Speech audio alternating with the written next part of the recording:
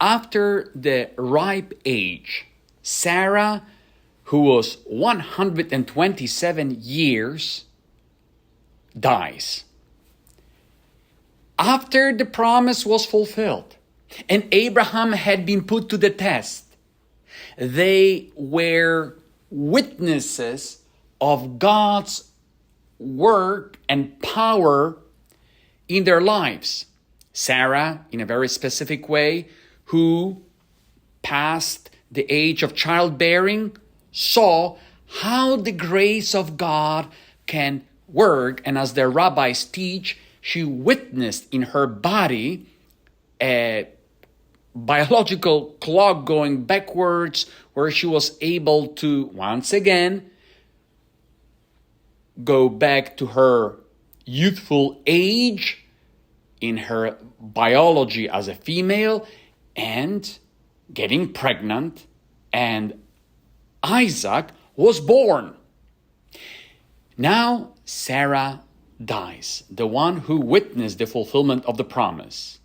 Abraham, on the other hand, we hear, performed the customary mourning rites for her. Then he left the side of his dead one and addressed the Hittites.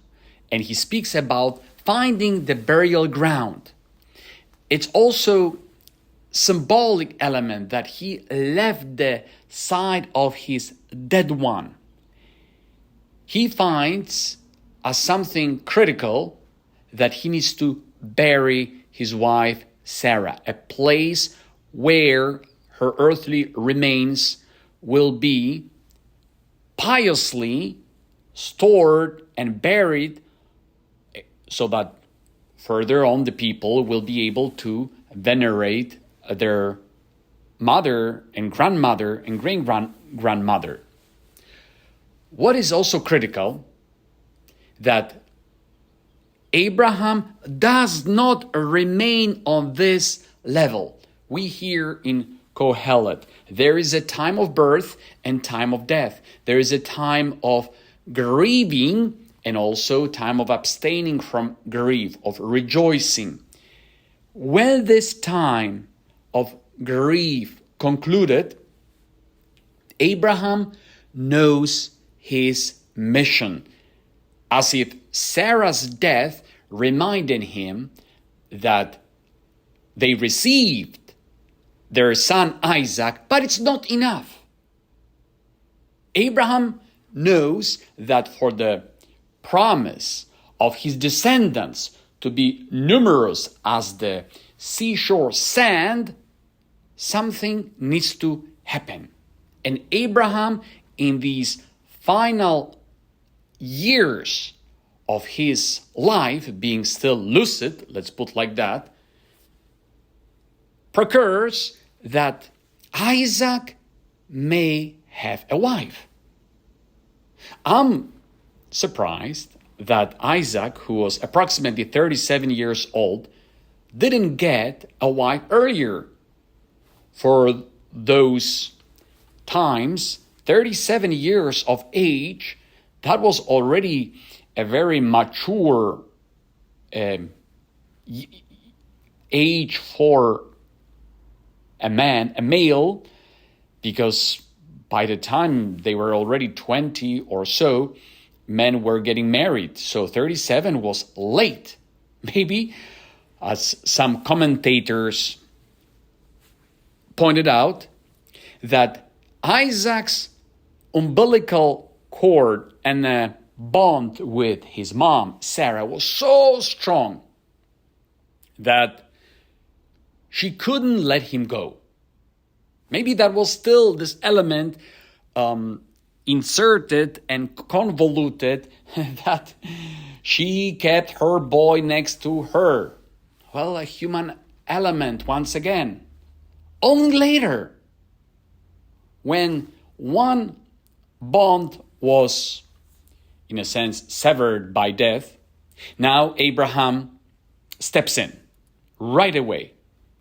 And he calls the senior servant of his household, and then he asks him to swear, number one, that Isaac will marry and will find, first and foremost, a wife from his own people. Abraham asks, I will make you swear by the Lord, he says, that you will not procure a wife for my son from the daughters of the Canaanites among whom I live, but that you will go to my own land and to my kindred to get a wife for my son Isaac. How critical this element is.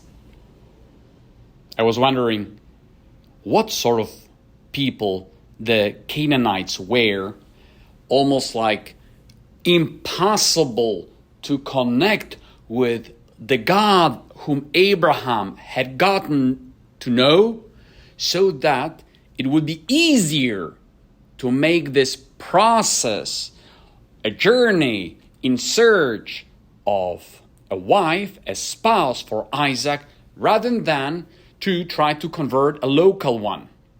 That's a hidden element that is contained in the story. A wife for Isaac should be the one who would share his faith. Instead of turning Isaac's heart towards the idols of the land of Canaan, it would be Isaac who is the son of the promise, whom Abraham had introduced into the God who had revealed to him and would remain faithful. And thanks to this relationship, based on the worship of one true God, the descendants will be born from, will come about. Isaac needs to start his life in a different way. But now the servant asked, what if the woman is unwilling to follow me to this land? Should I then take your son back to the land from which you migrated? Never take my son back there for any reason, Abraham told him. Why? You might remember that Lot's wife was told not to turn back when leaving Sodom. Unfortunately, she did turn back. That was an attitude showing that her heart remained in Sodom. She got stuck in the past. She couldn't let go of the past. Abraham knows very well that if Isaac goes back to his land, the temptations, old idols, old habits, everything that Abraham had been rescued from could have taken over Isaac. We should not turn back. Don't you think that many times we start our spiritual journey and maybe like Lot's wife, we turn back over and over and over again and get stuck and maybe like a pillar of salt, or completely unable to be open to the promise that God has for us, and few steps forward and then going backwards because we don't like the journey God is setting us on. Specifically, Abraham says, don't take him back to my land. He knows that this departure, it was a very difficult one. And he realizes that Isaac would have gotten back into the old idols Abraham had been enslaved by. There is a big suggestion that is being offered in this text. Take a wife from my kindred. Bring her over here. And although they will live among the Canaanites, it will be easier for Abraham to convey the experience of faith both to Isaac and then his daughter-in-law.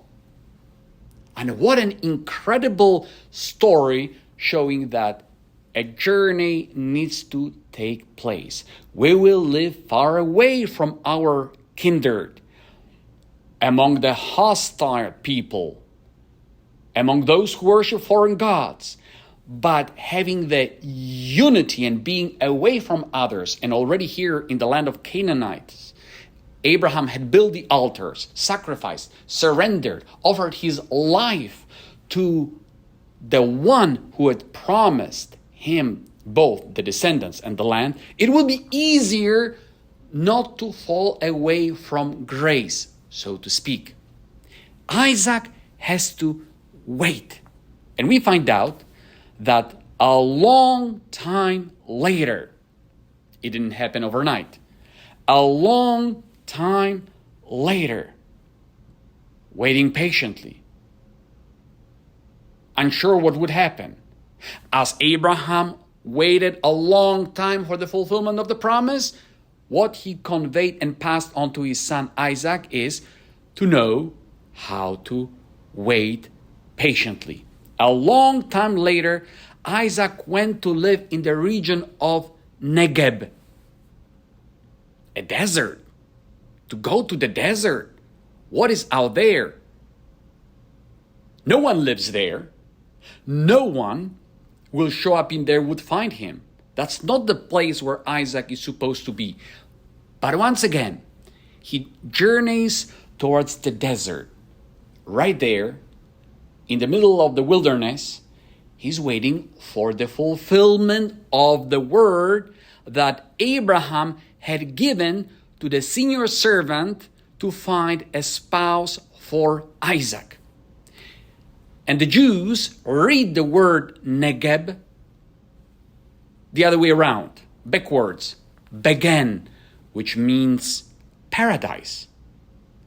Exactly. In Negeb, the desert, we can find also Begen, meaning the paradise. Because one day toward the evening, he went out in the field, and as he looked around, he noticed that camels were approaching. In that wilderness, he met his future wife, Rebecca. That was the encounter in the wilderness. God is waiting for us in the wilderness. He is the one who is bringing us out into the desert to talk to our hearts, purifying our hearts, making sure we are not attached to the foreign idols. And there, he brings to us the promise that Abraham had spoken about. Oftentimes, we don't even know how to go about our lives, what to do, how to move forward. And Jesus tells Matthew in today's gospel, "Come and follow me." And he rose, meaning he was raised by Jesus' word to a new life. Let us ask that as Isaac patiently waited for the fulfillment of Abraham's word that he had received about his spouse, we also may wait for the one who is our spouse, Jesus Christ, who comes into our wilderness, into our Negeb, to make out of our lives Begen, meaning the paradise, the life flowing with water. But what is critical is that in that desert, we meet Jesus Christ, who turns our lives, and we become his followers.